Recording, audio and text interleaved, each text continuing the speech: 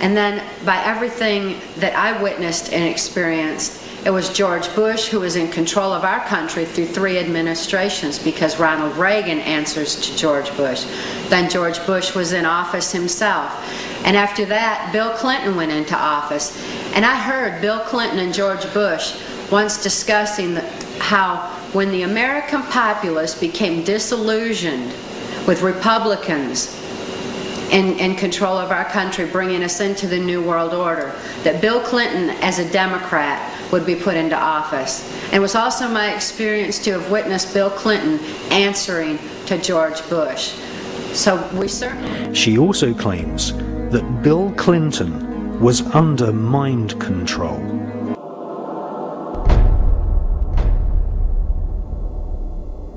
In covertly recorded off-air transmissions from the Bush-Clinton presidential election campaign in the 1990s, we can see that Bill Clinton was nothing more than a puppet to the puppet masters which placed him in the White House. Bill Clinton's demeanor seems to be similar to a person who is under a hypnotic trance.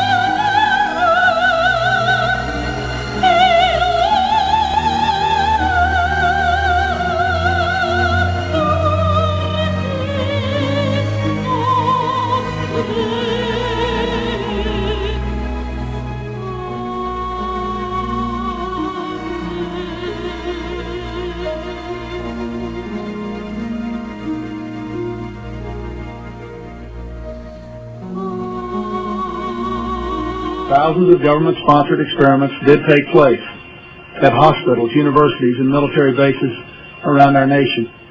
Some were unethical, not only by today's standards, but by the standards of the time in which they were conducted.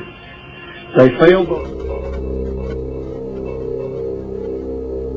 The origins of psychological warfare were in Nazi Germany, and in the Nazi ideology, they had something that was called Weltanschauungskrieg, which means worldview warfare.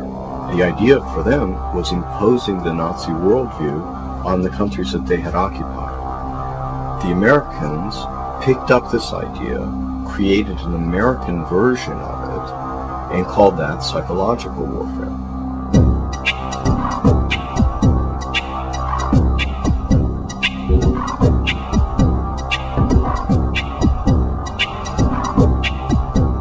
In trying to understand psychological warfare and in trying to understand the American approach to the post-war efforts to control people's minds, both as individuals and on a mass scale, there's a lot of illusions about how that was done.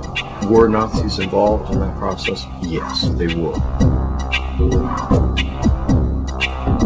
Project Paperclip was a United States government-sanctioned CIA operation for the importation of Nazi and fascist scientists into the United States.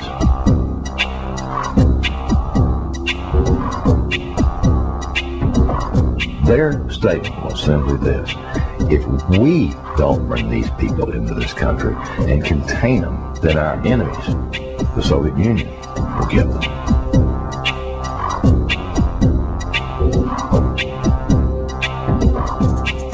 First wave was to bring these scientists. There was 700 odd propulsion scientists, and then there were some 600 and some odd mind scientist people that they brought in.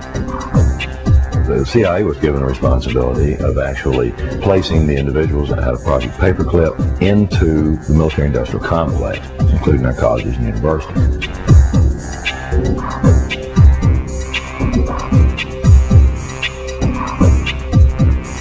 Mind control was a psychological warfare weapon that Adolf Hitler regarded as the answer for taking over the entire planet.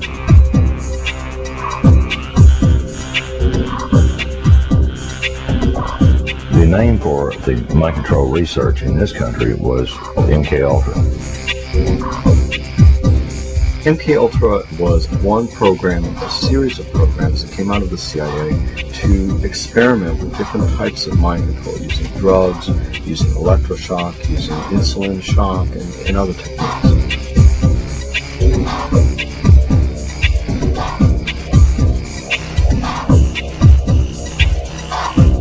I think that the goal for those people who planned the program was very straightforward. It was an attempt to figure out a way to interrogate people and to learn how to protect their own agents against control by others.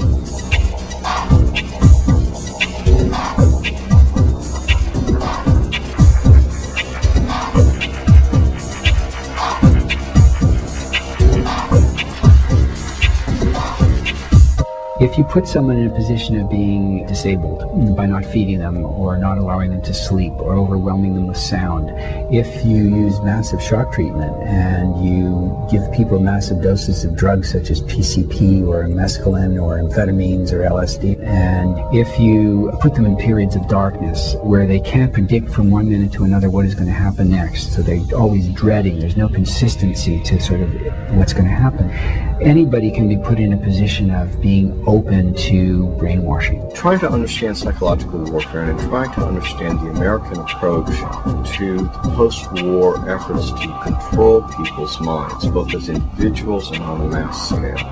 There's a lot of illusions about how that was done. Were Nazis involved in that process? Yes, they were.